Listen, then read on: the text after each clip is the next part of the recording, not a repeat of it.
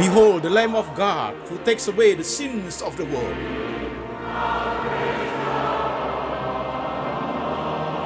Jesus said, I am the way, the truth, and the life. No one come to the Father but by me.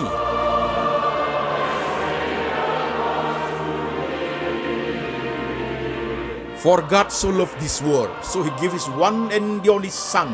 Whoever believe in him shall not perish, but have eternal life. Shalom, jemaat sekalian, saya Pendeta Antoni Chang. Salam kepada jemaat setia pendengar firman lewat lembaga Antoni Chang Ministry Internasional. Tema kita hari ini adalah Life After Death. Life After Death. Kehidupan di balik kematian. Kontemplasi part 7, bagian ke-7. Firman Tuhan diambil dari satu bagian saja, yaitu dari Injil Yohanes pasal 14 ayat 1 sampai 6. Demikian firman Tuhan.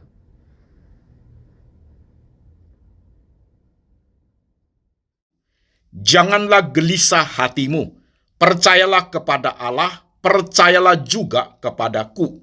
Di rumah Bapakku banyak tempat tinggal. Jika tidak demikian, tentu aku mengatakannya kepadamu. Sebab aku pergi ke situ untuk menyediakan tempat bagimu. Dan apabila aku telah pergi ke situ dan telah menyediakan tempat bagimu, aku akan datang kembali dan membawa kamu ke tempatku, supaya di tempat di mana aku berada, kamu pun berada. Dan kemana aku pergi, kamu tahu jalan ke situ. Kata Thomas kepadanya, Tuhan, kami tidak tahu kemana engkau pergi. Jadi bagaimana kami tahu jalan ke situ? Kata Yesus kepadanya, Akulah jalan dan kebenaran dan hidup. Tidak ada seorang pun yang datang kepada Bapa kalau tidak melalui aku. Amin. Jemaat sekalian, firman Tuhan sudah kita baca, firman Tuhan sudah kita dengar. Mari jemaat kita tunduk kepala, kita berdoa. Tuhan Yesus, kami sudah membaca firman-Mu. Kami sudah mendengarkan firman-Mu. Sekarang roh Tuhan bekerja, mengurapi hamba-Mu ini, boleh menguraikan firman Tuhan dengan baik dan benar, ke dalam bahasa yang paling sederhana, yang gampang dimengerti oleh seluruh lapisan jemaat. Kami rindu Tuhan Yesus, iman kami bertumbuh di dalam Engkau. Kami rindu Tuhan, hati dan pikiran kami diperbaharui oleh firman Tuhan. Kami duduk diam, Tuhan Yesus berbicara. Dalam nama Tuhan Yesus kami berdoa. Amin. Shalom, saudara sekalian, apa kabar? Senang bisa kembali bertemu dengan jemaat sekalian. Tema kita hari ini adalah Life After Death. Kehidupan di balik kematian. Adakah kehidupan di balik kematian? Ini pertanyaan penting, jemaat sekalian. Saudara-saudaraku, firman yang kita baca dari satu perikop saja, dari Injil Yohanes pasal 14 ayat 1 sampai 6. Nanti kita akan uraikan ayat itu. Saudaraku, saya direct kepada illustration. Perhatikan jemaat sekalian. Setiap kali kita pergi menghadiri ulang tahun teman, atau ulang tahun anak kita, atau kita melayat orang yang meninggal, kita melakukan dua hal itu, saudaraku. Yang pertama-tama kita datang ke tempat-tempat seperti itu, yang menjadi concern kita apa? Saudara sekalian, coba pikir. Ulang tahun maupun kematian, waktu kita datang, yang menjadi concern kita itu apa? Time, waktu. Ulang tahun keberapa? Kita tanya, saudaraku. Meninggalnya di usia berapa ya? Nah, itu. Is it right? Concern kita pasti tentang time. Anak lahir juga begitu. Kapan lahirnya? Tanggal berapa? Jam berapa? Juga masalah time. Manusia itu hidup di dalam waktu. Ini menjadi suatu fakta sejarah yang sedang kita jalani. Oleh sebab itu, jemaat sekalian, sifat gerakan waktu itu harus kita pahami. Sifat gerakan waktu itu tidak dalam bentuk circle, lingkaran. Tidak pernah. Jadi kalau sudah remaja, pemuda, menikah, sebaya, dan hari tua. Dan tidak mungkin dari hari tua balik kembali ke jadi remaja. Itu namanya waktu yang dalam bentuk circle. Itu tidak mungkin terjadi. Tidak mungkin. Seorang yang sudah tua, sudah nenek-nenek, gak mungkin bisa menjadi remaja lagi. Yang ada adalah seorang nenek-nenek, dia ingin merasa remaja. Maka dia pakai rok pendek, rambut disemir, umur 70, pakai rok pendek, rambut disemir, jalan-jalan ke mall, masuk angin bos. Karena bukan zaman dia. Jadi waktu sifat gerakannya tidak pernah dalam bentuk circle. Yang kedua, sifat gerakan waktu itu juga tidak pernah dalam bentuk terputus-putus. Gak pernah. Waktu itu selalu berkesinambungan. Oleh sebab itu, sifat gerakan waktu itu adalah dalam bentuk linear, garis lurus. Dari satu titik ke satu titik, dari satu titik ke satu titik, sampai titik akhir. Itu loh sifat gerakan waktu itu. Jadi saudara sekalian, memahami sifat gerakan waktu itu sampai kapan, fakta konkret, contoh konkretnya adalah ketika terjadi kematian pada manusia. Itu jelas kita tahu. Oh, umurnya segini gitu. Itu berhenti sampai titik itu berhenti. Garis lurus itu berhenti sampai di situ. Saudara-saudaraku sekalian, 2 hari yang lalu saya melayani cici kandung saya karena mengalami stroke dan meninggal. Meninggal pada usia 66 tahun. Titik waktu yang Tuhan berikan kepada dia itu berhenti di titik usia 66. Itu.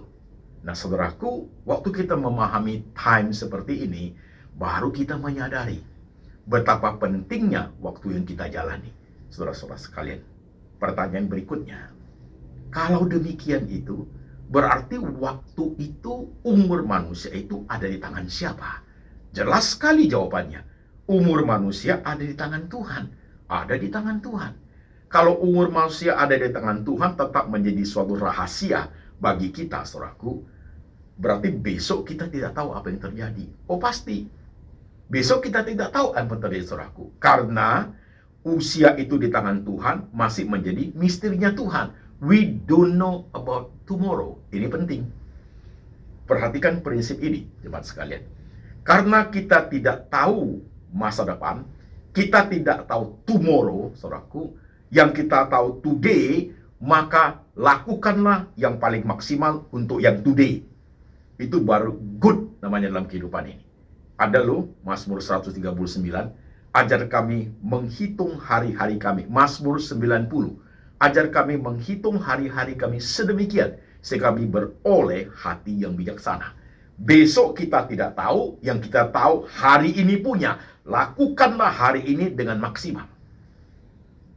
Karena kita tidak tahu, mungkin besok bukan waktunya kita. Tomorrow is not yours. Besok waktu kita sudah habis. Sekalipun besok waktu kita habis, today saya sudah maksimal. Itu tidak ada penyesalan. Seandainya hari ini aku sudah maksimal, besok masih menjadi waktu saya, lakukan maksimal itu 2 kali lipat. Itu namanya heavy duty man. Manusia pekerja keras, saudaraku. Ini prinsip hidup. Ini bijaksana hidup, saudaraku. Karena kita tidak tahu besok, kerjakanlah hari ini dengan sungguh-sungguh. Supaya hidup ini bergairah, saudaraku. Jangan ada orang yang karena tidak tahu hari besok, hari ini dia pura-pura tidak tahu juga. Pelanga, pelongo. Itu bahaya, saudaraku. Saudara pernah lihat ayam di kandang ayam itu? Pernah lihat nggak ada ayam yang sehat, ada yang sakit? Cara melihatnya gimana? Kalau ayam yang sehat, itu gerakannya lincah, saudaraku. Lincah, matanya hidup itu. Kalau ada beberapa ayam yang pelanga, pelongo, bengong, mulutnya terbuka, bentar lagi mati itu ayam. Nah, orang yang udah tidak tahu tomorrow, nggak ngerti, tapi today, pelanga, pelongo, nasibnya kayak ayam nanti, saudara sekalian. Jadi hidup ini suatu bijaksana untuk hidup tekun dalam Tuhan. Karena we don't know tomorrow. Oke, saudaraku. Oke, kita lanjut. Karena usia itu di tangan Tuhan, saudaraku, usia itu di tangan Tuhan. Ya.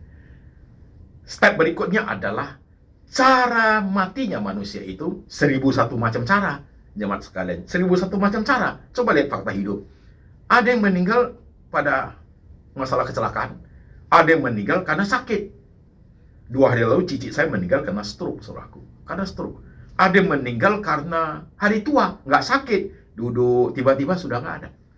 Ada juga orang yang meninggal karena terlampau tegang. Ada loh, saudaraku. Dia nonton sepak bola, tegang banget, saudaraku. Kalah lagi, jantungnya mati.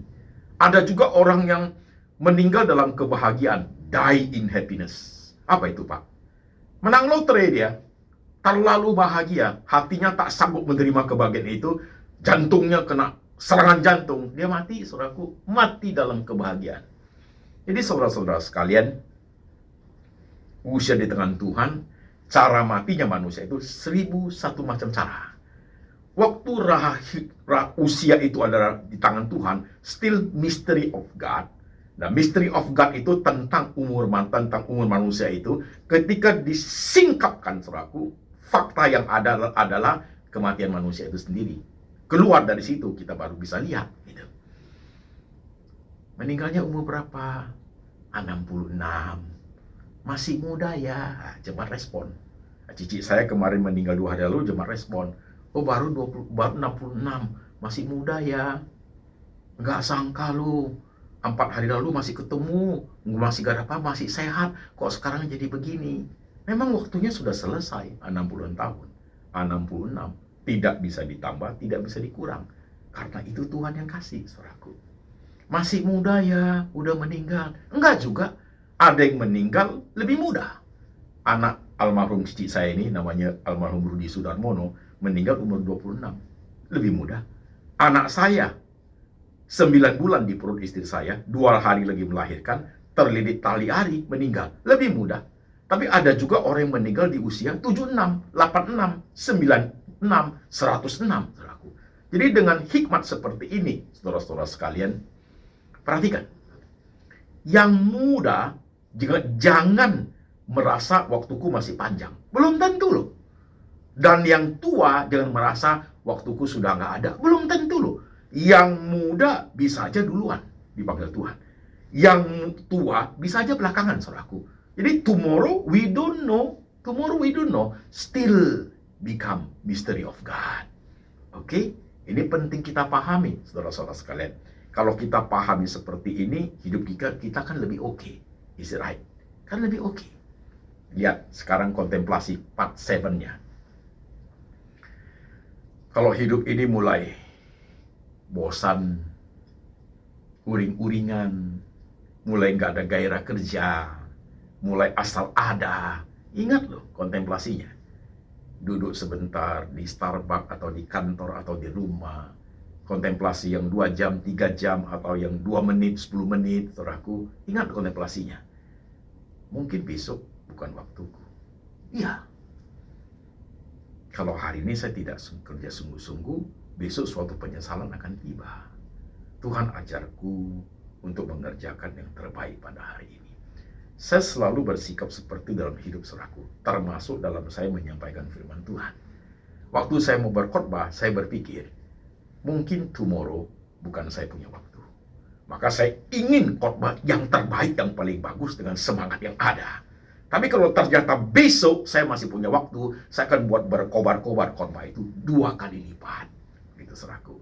Itu heavy duty man. Jadi semangatnya terus menyala. Gak pernah mati rohnya. Gak pernah enggak berkobar-kobar rohnya, saudaraku.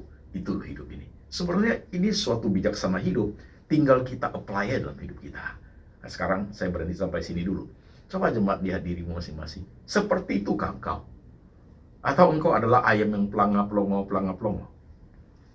Seperti itukah engkau hidup? Kalau engkau seperti itu hidupnya, saudaraku, percayalah, Tuhan tidak akan membiarkan engkau sendirian. Tangan Tuhan selalu meneguhkan engkau menjalankan apa yang engkau mau menjadi suatu kenyataan berkat yang besar. Itu loh jemaat.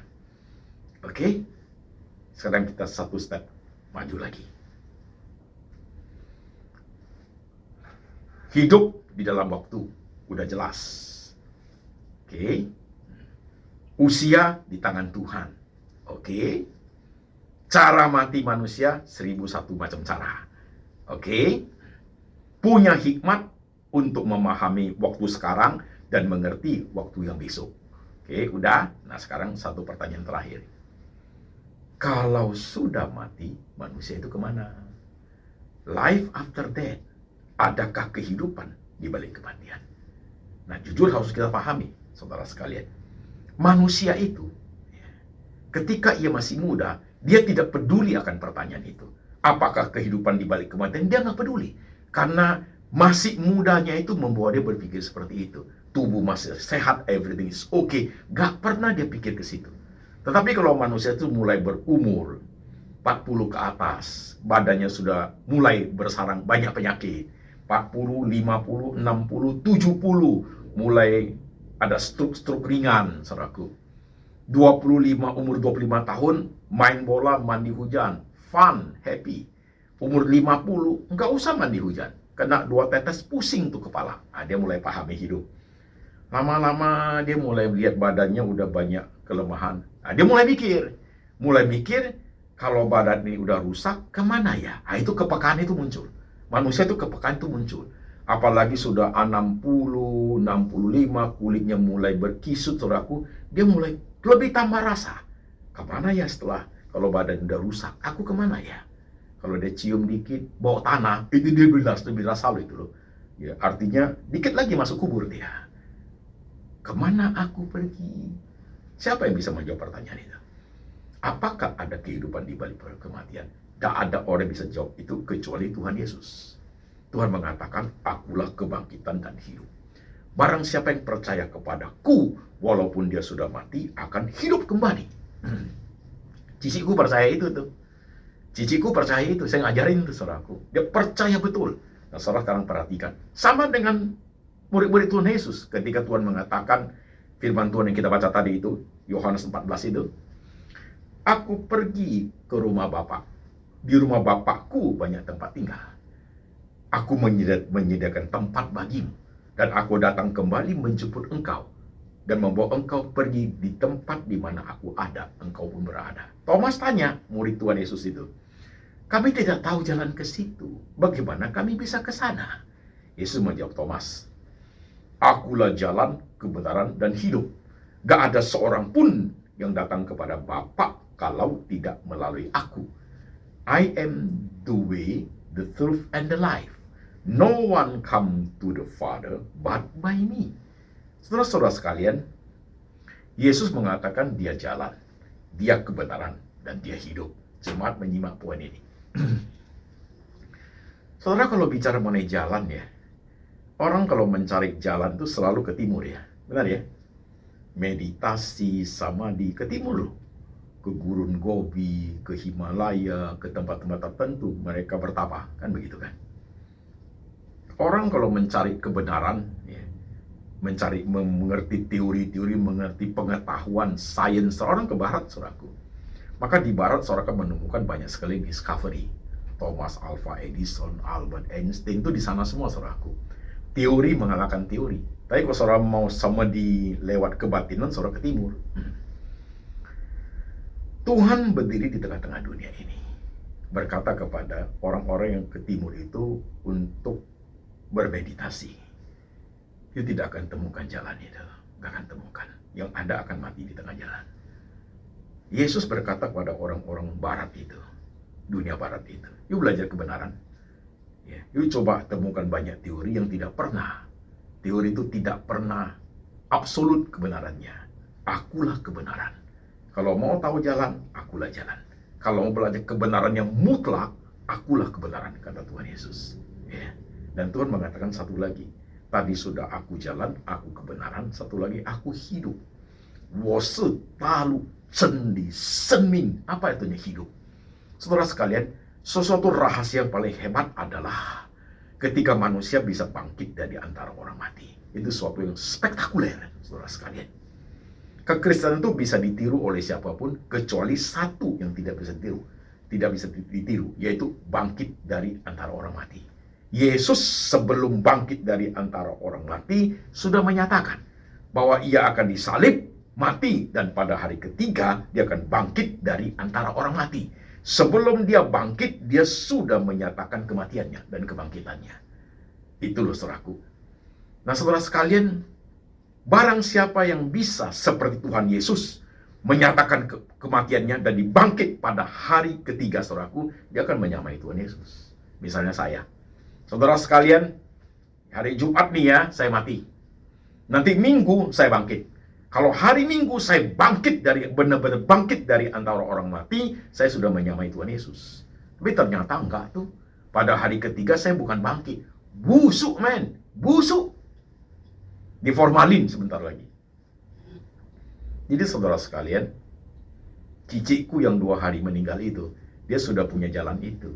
Dia percaya Tuhan Yesus, benar-benar percaya. Saya ngajarin saudaraku, jalan kebenaran dan hidup. Dia amin itu. Dia percaya betul. Nah sekarang cicik saya sudah meninggal. Rohnya kemana? Kembali ke Tuhan. Karena Tuhan Yesus mengajar dia. Akulah jalan kebenaran hidup. You mau kembali kepada Bapa, percaya Tuhan Yesus. Roma 10 ayat 9. Dengan mulut kita mengaku bahwa Yesus adalah Tuhan, dan hati kita percaya bahwa Tuhan membangkitkan dia dari antara orang mati, maka kamu diselamatkan, ya, menjadi warga negara surgawi, saudaraku. Engkaukah itu orangnya? Kontemplasi part 7. Kadang-kadang, saudaraku, di tengah hiruk pikuk perjalanan rohani kita, di tengah hiruk pikuk pekerjaan, permasalahan yang kita hadapi, waktu saudara kontemplasi itu, bisa terbit suatu pemikiran. Saya mati masuk surga nggak ya? Ayo. Iya kan? Jemaat dengerin hari ini. Ada yang pesimis loh. Ada yang ragu-ragu loh. Ada yang merasa udah hilang kali keselamatan saya. Ada yang nggak tahu nih Pak. Hati-hati, ini kontemplasi. Part 7 ini. Jikalau engkau mengerti seperti yang Tuhan Yesus katakan kepada Thomas, I am the way, the truth, and the life. Saudara sudah dapat kunci itu, when you die, you go to heaven, saudaraku. Itu sudah pasti. Roma 10 ayat 9 itu mengatakan, mulutmu mengaku, hatimu percaya, Yesus adalah Tuhan, dan ia dibangkitkan pada hari ketiga, engkau pasti diselamatkan. Itu loh iman itu. Jadi di tengah kontemplasi, hidup pikunya kehidupan, kadang-kadang terbit seperti itu, lewat khotbah ini, bisa refresh your faith, refresh your mind, jemaat sekalian. Khotbah hari ini tidak panjang, tapi khotbah yang esensinya kuat, saudaraku. Khotbah yang menjadi inti daripada jantung Alkitab, saudara sekalian, tentang keselamatan yang kekal itu.